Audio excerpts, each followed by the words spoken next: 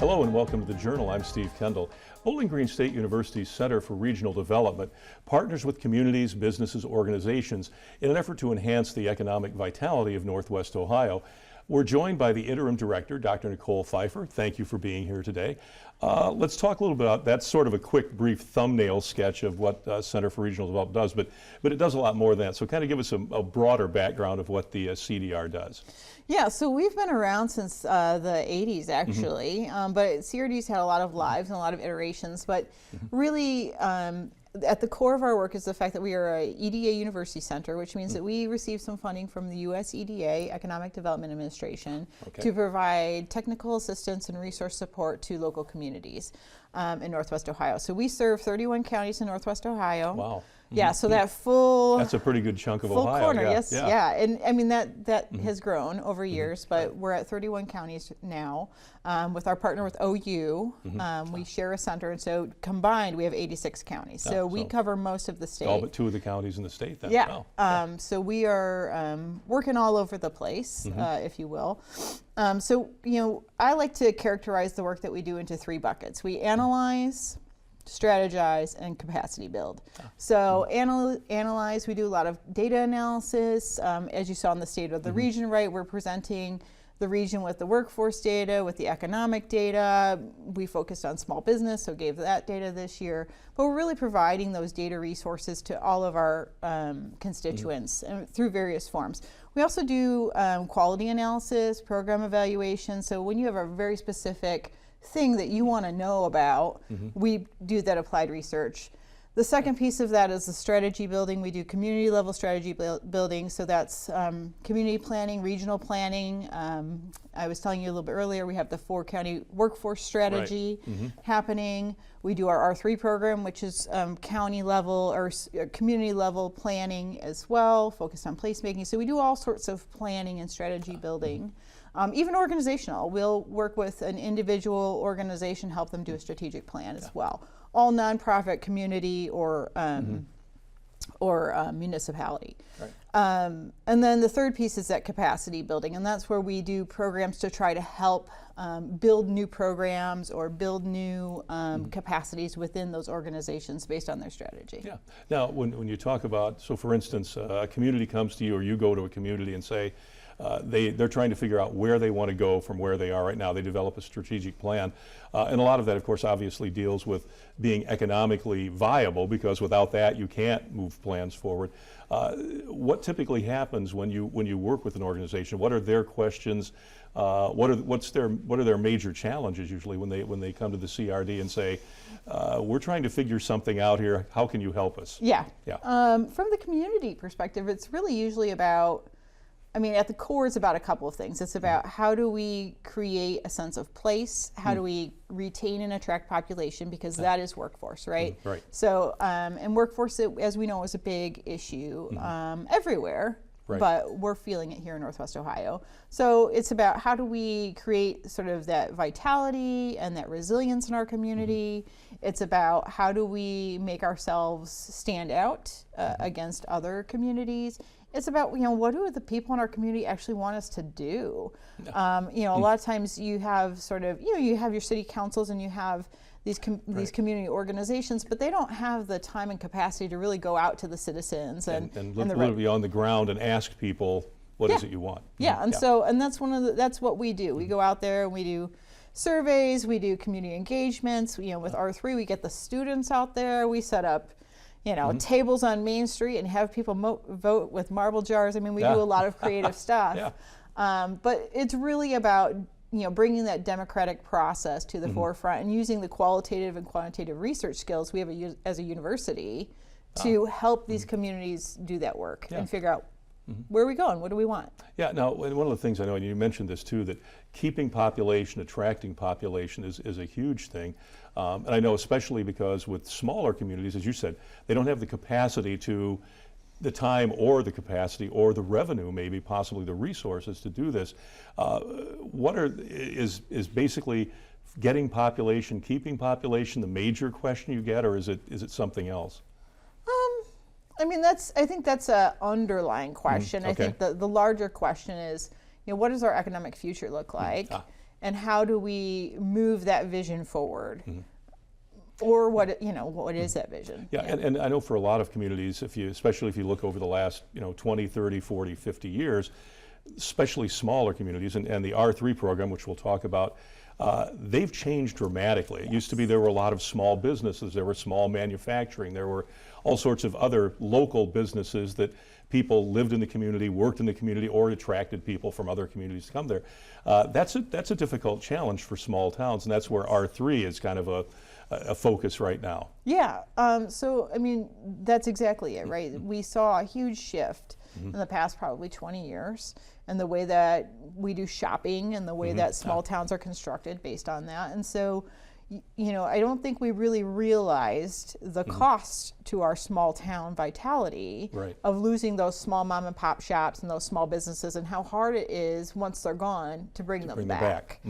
And so R3 is really about helping that community create a vision of how to make their community more attractive again, to get those people to come back, to get those businesses to come back.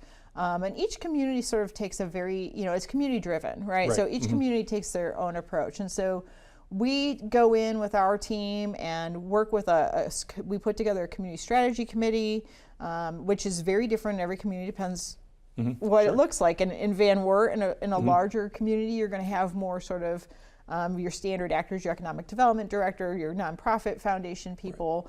In some place like Gibsonburg, which is one of, which is the first R3 I led, so very close to my heart. 3,000 people. You've got a retired couple and a high school kid and the mayor and just just regular folks. And so.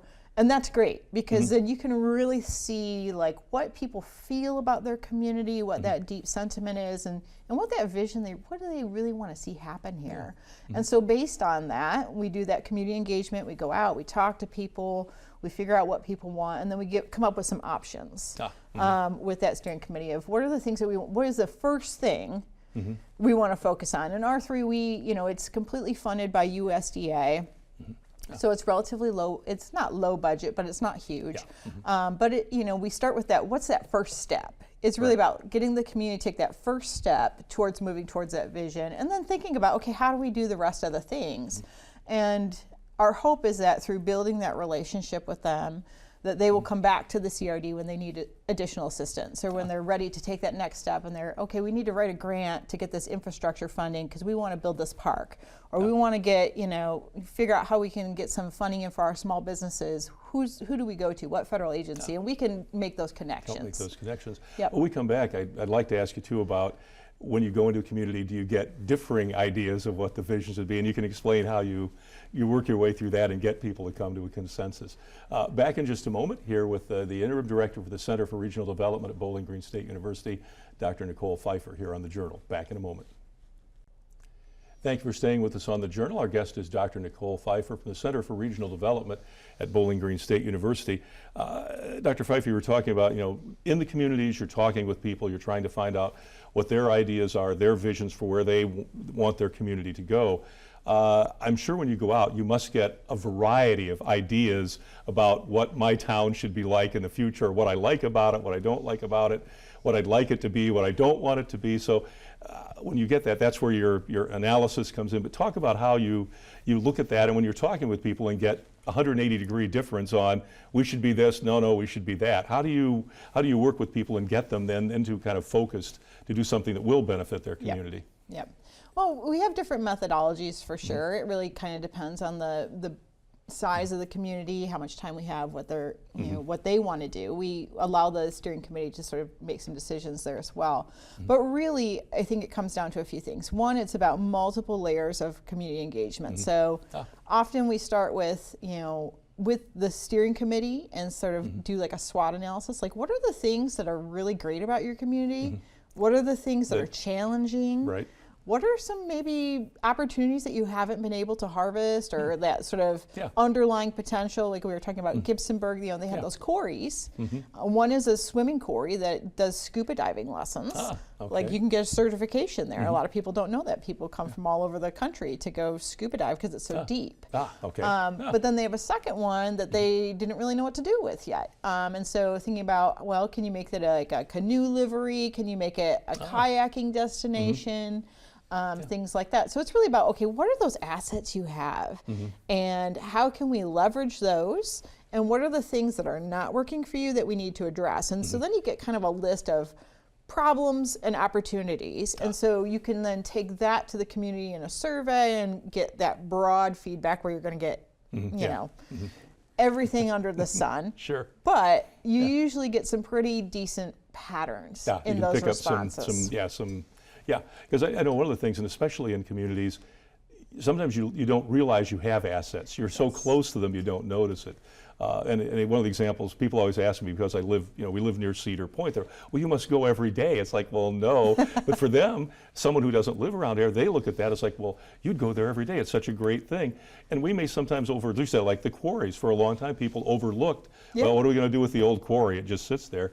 But they found ways now to turn it into a positive and into an opportunity to develop things that maybe people never thought about before. Exactly. And so I think sometimes it's really about just, one, having an outside person ask some questions, right, about these things, and then taking those ideas to the community and figuring out like what people have been thinking about, because sometimes it's amazing to find out all the things that people have been tinkering in their minds about, well, what we should really do with this space. But never mentioned it or moved on it, or thought anybody else would think it was a good idea. Or they've been having these conversations around town about what they want to do with this space, and yet no one has really sort of publicly said like, hey, everybody wants this to be a farmer's market. Can we do that? So it's those kind of opportunities. Now, when you start to develop those trends, does everybody, I mean, obviously not everybody agrees, and how do you overcome that when somebody says, I really don't want this town to have more, because there are places where they kind of like it just the way it is, a certain part of the population.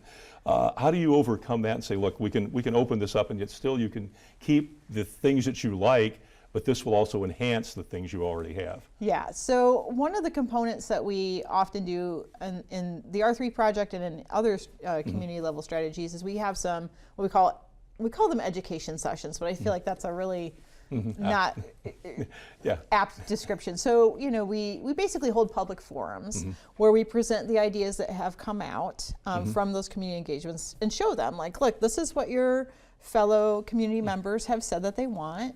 And let's look at some other communities that have done similar things and see how it panned out. And so that helps them to sort of put some perspective around it. And usually that gets most of the people who have reservations to be like, oh, okay, maybe that is the thing. Or they see, the options differently, and they're like, okay, maybe this is really what we want to do. We're not ready for this. And at the end of the day, it's always the steering committee, the community steering committee, that makes the decisions, because it's their community, it's their resources. And we make that very clear. We will give you, we will feed back to you what you have told us in aggregate, and then you have to decide. Now, as you get to that point, once you're at that point, then what's the next step that you guys take to help them achieve what they believe is the direction they want to go? Well, depending on the project. So often it's just putting together an implementation strategy for them, laying out the steps. If some of those first steps are things that we at the university can assist with, whether it's writing a grant for some money, or engaging any other part of the university to do a feasibility study or to do something like that, then we try to figure out if there is a resource to tap into. A lot of times really it's the money, looking for those financial resources. Well, and you make a good point too, that especially with the university, you have other resources, other centers, other units that can also then provide assistance in a way that CRD doesn't, or they're the experts in that, or you bring them in to then say, okay, here's how you can take this idea and maximize it. And that's a good thing for communities, because obviously, as we talked about, they don't have the resources, and maybe it's just a simple thing, as you kind of said, it's just a new set of eyes looking at what's there and what isn't there and what could be there. And that's a message you probably try to sell them too, is like, look, we've stepped back, we see the benefits in the community, we see the challenges, here's how you can do this and basically try to build the community for the future, because that's what this is about too, is not just today, but where do you want to be in 5, 10, 20, 30 years. Hopefully we can predict that far out. I know we can't actually, but at least point you in a direction of future growth and development. Yeah, well, and I mean, you can't get anywhere if you don't have a vision for what that looks like, right? And I think one of the things that we hear the most when we go out into these communities is, you know, the community has changed over time, and that young people leave and they go look for opportunities, and we want them to do that. We want them to go and get an education and learn new things and have experiences, but they want them to come back home. Right. And start that small business or, you know, run that farm or whatever it may be. And so, you know, if you don't have that vision for what your community looks like in 20 years and it's not a place that your kids want to come back to raise their kids at, then there's a problem. We've got a serious problem, And so I think for a lot of them, really, it's just that first step of like, let's have a vision for what the future looks like, something that we can kind of rally around and get excited about. Well, when we come back, we can talk a little more about that, and then also talk about the state of the region, because there's a lot of information there. You had a lot of great speakers there talking about topics that are important to not just Ohio, but basically these are national themes that run through a lot of this as well. Back in just a moment with Dr. Nichole Fifer from the BGSU Center for Regional Development here on The Journal. Thank you for staying with us here on The Journal. Our guest is Dr. Nichole Fifer from the Bowling Green Center for Regional Development. You know, we were talking in the last segment about communities, and when you go in and you try to help them with their vision of the future, not always are people, some people aren't necessarily don't want things to change in their community. When those challenges come up, and one of the things that we talked about off air a little bit was the fact that you want people to come back to the community, you want them to bring businesses back, all of that, but that then changes the way the community is, and housing especially is a big issue, because most small towns aren't endowed with lots of housing around just waiting for people to come back and move into, and that means change. That means something's going to change in the town in terms of what a piece of property looks like, what that means in terms of more people in the town, et cetera, et cetera. So that's a big challenge for communities, because they want growth, but they want to be able to manage that growth the way they want to, and that's a difficult task. Yeah. It really is. And I think really for communities to do this well, it's about creating those opportunities to participate in that discussion. And you're always going to have folks who don't want any change at all. Sure. And there's not a whole lot you can do about that. But what you can do is make sure that they feel heard and that they get to participate in these decision processes, and that they understand that the reason these changes, that the others want these changes to happen, right? That if we don't bring the housing, then the kids don't come back. And if the kids don't come back, then the businesses don't stay. And then you don't have your grocery store. And you know. Yeah, there's a rippling effect that takes place when you stay static. Exactly. And you know, I think that most people are fearful that the bad things that are going to happen are like the things that already happened, but directing them towards, well, here's the other option, right? Here's how we bring this community. Maybe it looks differently than it did in the past, but maybe we get it back towards the vibrancy that it used to have, just slightly changed. And so it's always hard to accept that, you know, economies change, communities change, cultures change, and generations change. They want different things. Absolutely. They want to live in different places. And a different style, a different arrangement isn't all necessarily single family homes. It may be they don't want the responsibility or the basically the effort that requires, oh, I don't want to have a yard to maintain. I want to have a place to live, and then I'm going to do this. So it's a different approach to maybe the traditional way small towns have looked at things. Yeah, and well, I think for me, the one of the most interesting sort of pieces of feedback that we've gotten from a lot of these communities is it's not only the young people that want those different types of housing, but it's also the older folks, because as you age, you don't want all of that, right? Exactly, Managing that big farm is too much now, and but they don't want to leave their town either. Sure. And so we also, with the baby boomer generation aging, and we also have to think about how do we create housing that's, you know, creates multi-generational opportunities. Sure. Yeah, and is functional for their needs now versus when they were 25, 30, 35. people who are 65, 70, 80, 85, because obviously the other thing that's probably changed is people are living a lot longer, and that changes the needs of a village or a town or a small city as well. Yes, absolutely. And you know, a lot of the older generation folks that we've talked to also want some of the amenities that the younger people want as well. Yeah. They want that coffee shop to go to, that bookstore, because now they're retired and they want stuff to do. They've got time, and now they can go out and enjoy those sort of things. When you look at that too, and I know, and you made a good point when you said, look, economies change, towns change over time. There's a reason why these towns were in place at one time. They grew there for a reason. That reason may be totally 100% different than it is now. Right. And that's what you probably have to talk with people about. And you mentioned Gibsonburg with the quarries. Those quarries were there because they were taking stone out of there, not because they were thinking, oh, in the future this will be a recreational or a training area for scuba diving. Right. So you have to look at that as the transition that takes place. Yeah, and I think that sometimes it's hard for communities to accept that those things aren't coming back. Right. Or that there isn't a very similar alternative that will take place in their small town or in their even larger cities. I mean, you know, just the economy changes, and so really sort of that's where like the data piece can be very helpful, where we can look and say, look, here's the market trends, right? These are the businesses and the industries that are growing in your region, and these are the ones that are not. They're not, and probably aren't going to come back to the level that, and that's the insight people need, because I think they always say, well, you know, this will come back, you know, it'll restore back to full employment, say at a factory, and maybe the activity as the manufacturing facility is now not in tune with where that's the direction that manufacturing is going, or the cost to renovate it becomes unacceptable for the company there, and so they're not going to reinvest in that. So you have to look at how you can repurpose or redevelop that area. Exactly. Yeah. Now, one of the things we've talked about obviously a little bit is this involves people, literally. When we talk about the economy, and you guys touched on it, I know all the times I've talked to Center for Regional Development, providing workforce for now and in the future, not yesterday's economy, not last year's economy, not 10 years ago, not 20 years ago. That's a big focus now for everybody. And see, everybody I talked about economic development, one of the things they say, oh, workforce, we got to find workforce, got to train, have to do this, because here's where we need to be 5 years from now, and we have to start now to get there.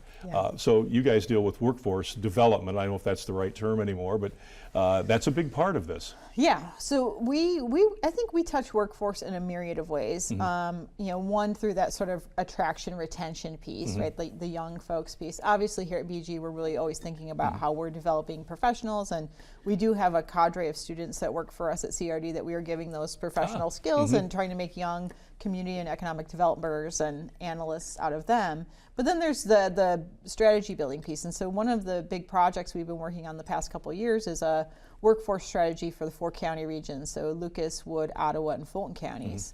And this is an EDA funded project, big project, partnership with RGP and Jobs Ohio, and really sort of digging into what does this region, this 4 county, which is our SEDS region as well, our comprehensive economic development strategy, thinking about, you know, what are the workforce needs here, and where are the holes, and what are we doing that we need to keep doing, and what do we need to change? And so that's been a big project for us. And again, it really comes down to using those qualitative research skills and going out and talking to people and figuring out what's going on, and then getting all of those regional stakeholders together to have these conversations and really figuring out, you know, what are the realities we're facing. So that dwindling population, workforce deficit is just a real thing here.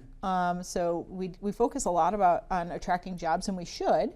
But we're honing in more on very specific types of jobs than we did in the past, and realizing that some things maybe have to be less of a priority in the context of just numbers, because we don't have the people. Yeah, to do everything, meet all of these needs, and so the ones that are on the lower end, unfortunately, are going to be on the lower end of your ability to develop people for that. Right. Well, we have to think about, are there ways that we can tap into efficiency, effectiveness, automation, right, to sort of decrease the demands in certain production areas, and, you know, to meet those needs. And then also thinking about, how are we being more inclusive in our workforce, and how are we leveraging folks who have been historically disenfranchised or excluded from workforce opportunities? A big thing is transportation. How do we get folks from here to here? Because unfortunately, we have a lot of businesses that are quite far out from where people live. Where right. people live. And again, going back to that housing thing, right? So if you can't afford to commute there and you can't afford to live there, how do we facilitate that process? Right. So, and upskilling. Yeah. Now we've got just about 40 or 50 seconds. What's the next newest thing that you guys are looking at? What's the next new initiative you're talking about? And they say 30 seconds. Sorry. Yeah. Well, public health. We've okay. been doing a lot of health equity work in terms of quality improvement work. We've been on a couple of grants from the state of Ohio, thinking about ways that we can improve coordinated care systems because this is a big economic development thing, right? If you don't have a healthy workforce that's engaging. So we are also now looking to see how we can help our local health departments with our academic health departments program with HHS. We've partnered with them to try to think about how we can provide more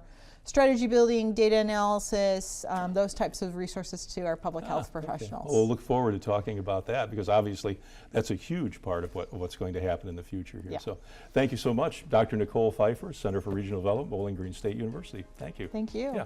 You can check us out at WBGU.org. You can watch us every Thursday night at 8 o'clock on WBGU PBS. We will see you again next time. Good night and good luck.